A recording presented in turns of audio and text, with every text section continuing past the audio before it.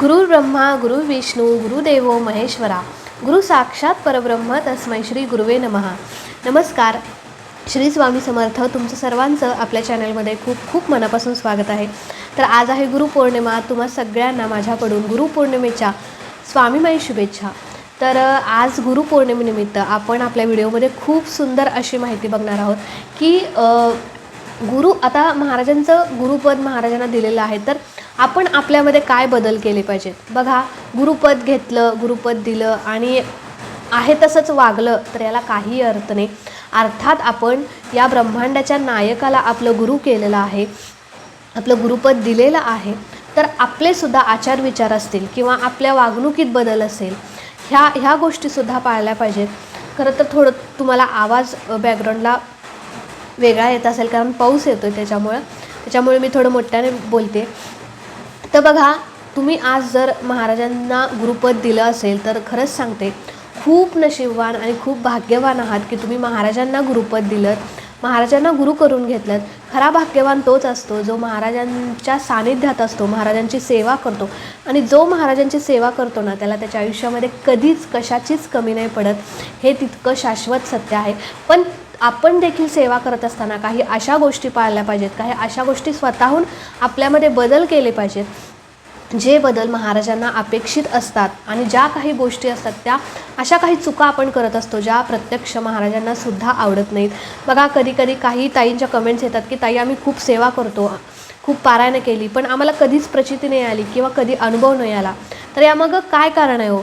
बघा, मी असं म्हणत नाही की तुम्ही मनापासून सेवा करत नाही. आपण सगळे मनापासूनच सेवा करत असतो, पण ती सेवा करत असताना कुठेतरी अशी चूक पण करत असतो जी चूक आपल्या हातून कधीही व्हायला नाही पाहिजे ज्यावेळी आपण महाराजांची सेवा करत असतो. तर बघा, अशा काही गोष्टी आपण आपल्या आयुष्यामध्ये बदल केल्या पाहिजेत. त्याच गोष्टींबद्दल आज मी तुमच्याशी बोलणार आहे.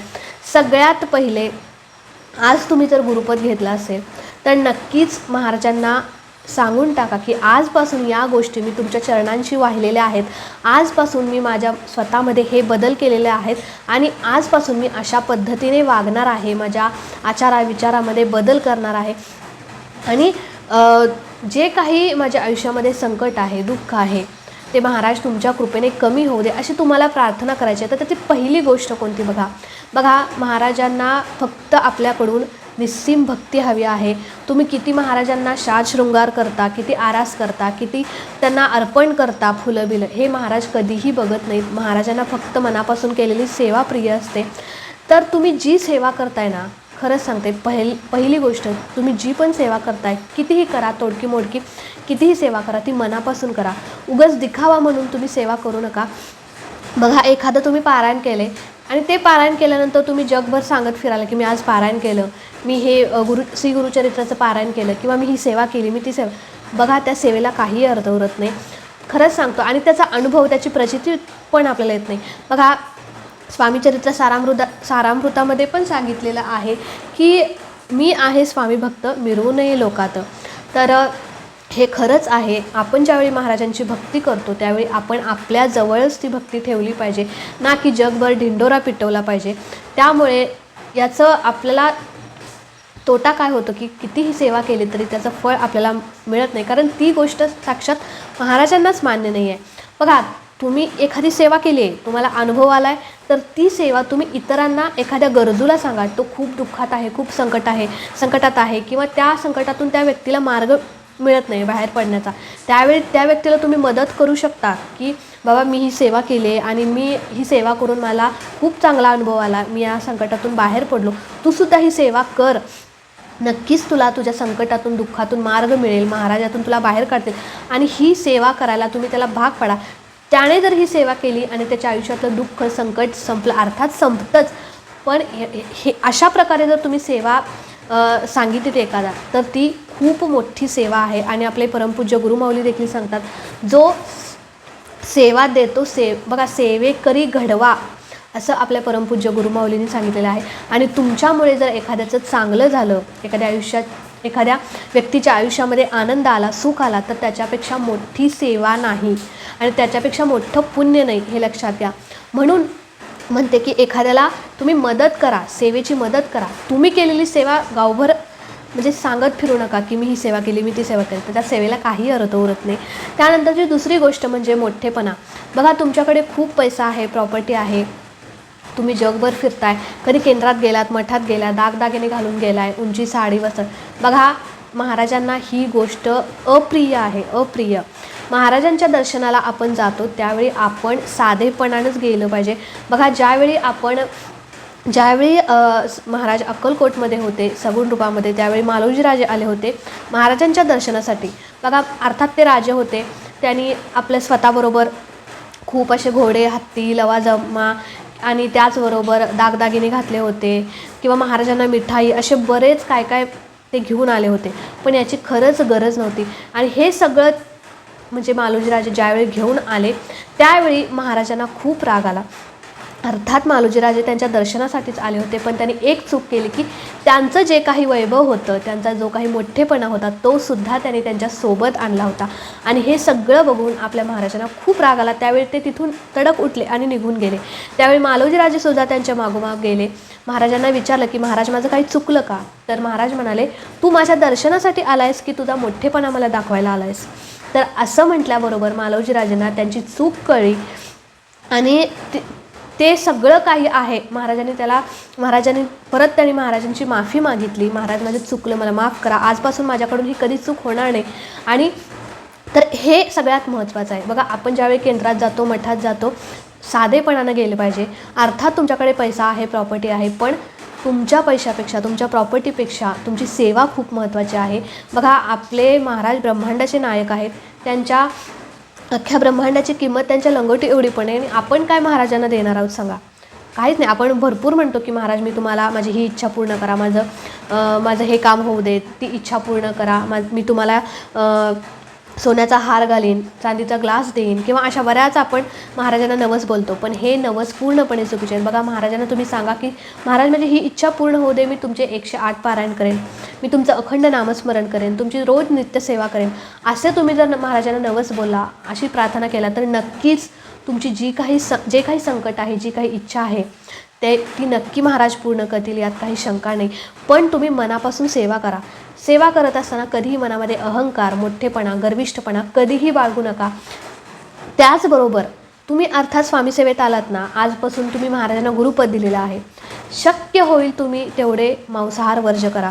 बघा महाराजांच्या सेवेमध्ये मांसाहार कडकडीत वर्ज आहे. म्हणून म्हणते अर्थात तुम्ही खात असाल, घरामध्ये करत असाल तर पण जास्तीत जास्त जेवढं शक्य. आता कसं होतं ना, एकदमच बंद करणं हे प्रत्येकाला जमेल असं नाही, कारण प्रत्येकाचे म्हणजे आचार विचार वेगळे असतात. भले तो स्वामींची भक्ती करू, पण कधी कधी आपला स्वभाव आपल्याला नडतो. एकदमच आपल्यात इतका मोठा बदल होणं पण शक्य नाही, पण शक्य होईल तेवढं जास्त मांसाहार वर्ज करा. त्याचबरोबर तुमचे आचार विचार व्यवस्थित ठेवा, चांगले ठेवा. एखाद्या गरजूला तुम्ही मदत करा. बघा एखाद्या वेळेस तुम्ही महाराजांची सेवा कमी करा, पण एखाद्या गरजूला तुम्ही अन्नदान केलं तर त्याच्यासाठी मोठी सेवा नाही. एखाद्या होतकरू मुलाला जर तुम्ही त्याच्या शिक्षणासाठी मदत केला तर त्याच्यासारखी मोठी सेवा नाही आणि त्याच्यासारखं मोठं पुण्याचं काम नाही. आणि अशा वेळी जर आपण अशी कामं करतो ना, ती नक्कीच महाराजांच्यापर्यंत पोचतात. आणि अशी आपण लोकांना मदत करू निस्वार्थी मनाने. नाहीतर मी एखाद्याला मदत केली आहे मग आपण 4 चौघात बोलून दाखवणार, तर हे पण चुकीचं आहे. तुम्ही एखाद्याला म्हणजे मदत केली आहे, एखाद्या मंदिरामध्ये तुम्ही दान केलेलं आहे, ते दान तुमच्यापर्यंत ठेवा, ती केलेली मदत तुमच्यापर्यंत ठेवा, कुणालाही बोलून दाखवू नका. निस्वार्थीपणाने केलेली मदत आपलं पुण्याचा साठा वाढवत असते, लक्षात घ्या. आणि तेच पुण्य आपल्याला परत देत असतात, आपले भोग कमी करत असतात. आणि अशा प्रकारे केलेली सेवा महाराजांच्यापर्यंत नक्कीच पोहोचत असते. आणि त्याचबरोबर माणुसकी जपा. बघा एखादा व्यक्ती तुमच्या घरामध्ये आला तर त्याला बिना अन्नापाण्याचं घालवू नका. भले तुमच्या भाकरीच्या म्हणजे बुट्टीमध्ये अर्धी भाकरी असू दे, त्यातली चतकोर भाकरी त्याला द्या. त्याचा जो आत्मा आहे ना, तो तुम्हाला इतक्या दुआ देईल आणि त्याच्यापेक्षा जास्त महाराजांचे आशीर्वाद तुमच्या पाठीशी राहतील. ही खरंच खूप मोठी गोष्ट आहे. आपल्या आयुष्यात जो आनंद आहे, थोडासा आनंद दुसऱ्याला द्या. पुढच्याच्या आयुष्यात इतकं दुःख आहे, त्याला थोडासा आनंद देण्याचा प्रयत्न करा. नक्कीच इतका आनंद तुमच्या आयुष्यामध्ये महाराज देतील ना, त्याची तुम्ही कल्पना पण करू शकणार नाही. हे तितकंच शाश्वत सत्य आहे. म्हणून महाराजांची सेवा करताना निस्वार्थीपणाने करा. कधीही महाराजांच्या मंदिरात, केंद्रात, मठात गेला तर महाराजांना आवर्जून मुजरा करा. आपले महाराज ब्रह्मांडाचे नायक आहेत, त्यांना नमस्कार करणं म्हणजे उद्धटपणाचं लक्षण आहे. कारण ते राजाधिपती आहेत, राजांचे राजा आहेत. त्यामुळे गेल्या गेल्या महाराजांना मुजरा करा. महाराजांना मुजरा अतिशय प्रिय आहे. आणि आज तुम्ही महाराजांचं गुरुपद घेतलं ना, तर आजपासून महाराजांना सांगा की आजपासून या गोष्टी मी अंमलात आणणार आहे. माझ्या आयुष्यामध्ये जे काही मी आजपर्यंत चुका केल्या, जी काही वाईट कृत्य केली, त्याबद्दल मला माफ करा. इथून पुढे माझ्या हातून त्या कधीही चुकीच्या गोष्टी होणार नाहीत, कधीही वाईट कृत्य होणार नाही, हे महाराजांना तुम्ही सांगा. आणि नुसतं सांगून उपयोग नाही, ते अंमलातसुद्धा आणा. आणि आज गुरुपद घेतलं तर महाराजांची सेवा रोज तुमच्या हातून घडली पाहिजे. बघा, अर्थात तुम्ही खूप बिझी आहे, खूप तुम्ही म्हणजे तुम्हाला काम आहे, जॉब, नोकरी, लहान मुलं आहे, जॉईंट फॅमिली, सगळं माहिती आहे. पण 24 तासातले 5 मिनटं तुम्ही काढून महाराजांना वेळ द्या, नामस्मरण करा. भले तुम्ही काही जास्त सेवा करू नका, पण 5 मिनटं बसून महाराजांशी एकरूप होऊन फक्त 5 मिनटं नामस्मरण करा. याच्यासारखी मोठी सेवा नाही. खरंच महाराज खूप तुम्हाला मोठा आशीर्वाद देतील, कायम तुमच्या पाठीशी राहतील. थोडी तरी सेवा रोजच्या रोज घडू द्या, एवढंच सांगायचं होतं.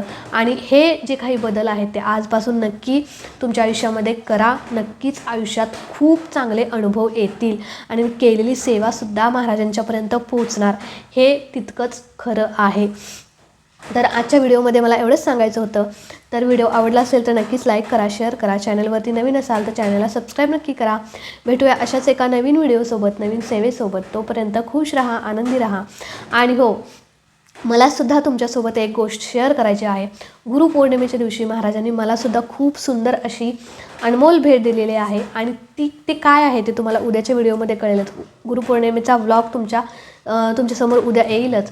आणि ती गोष्ट जी आहे ती मी उद्याच्या दिवशी नक्कीच शेअर करेन. उद्याचा व्हिडिओसुद्धा बघा की महाराजांनी आयुष्यामध्ये ना, आपण म्हणतो ना की एखादी गोष्ट आपण खूप दिवसापासून मागत असतो, पण ती कधी पूर्ण होईल असं आपल्याला वाटत असतं. पण अनपेक्षितपणे ती गोष्ट आपल्यासमोर आल्यावर किती मोठा आनंद होतो हे आपल्यालाच माहीत असतं. आणि कधीकधी महाराज असे धक्के देतात ना आपल्याला की त्यांच्या लीलाच असतात त्या. खरंच सांगतो, खरंच किती महाराजांची लीला ना समजण्या पलीकडची असते. तर महाराजांनी मला खरंच गुरुपौर्णिमेच्या दिवशी खूप सुंदर अशी भेट दिली. ती कोणती ती उद्याच्या व्हिडिओमध्ये तुम्हाला नक्कीच कळेल. तर आजचा व्हिडिओ इथेच एंड करते. आवडला असेल तर नक्कीच लाईक, शेअर, सबस्क्राईब करा. भेटूया अशाच एका नवीन व्हिडिओसोबत, नवीन सेवेसोबत. तोपर्यंत खुश राहा, आनंदी राहा आणि सगळ्यात महत्त्वाचं स्वामींची सेवा करत राहा. श्री स्वामी समर्थ.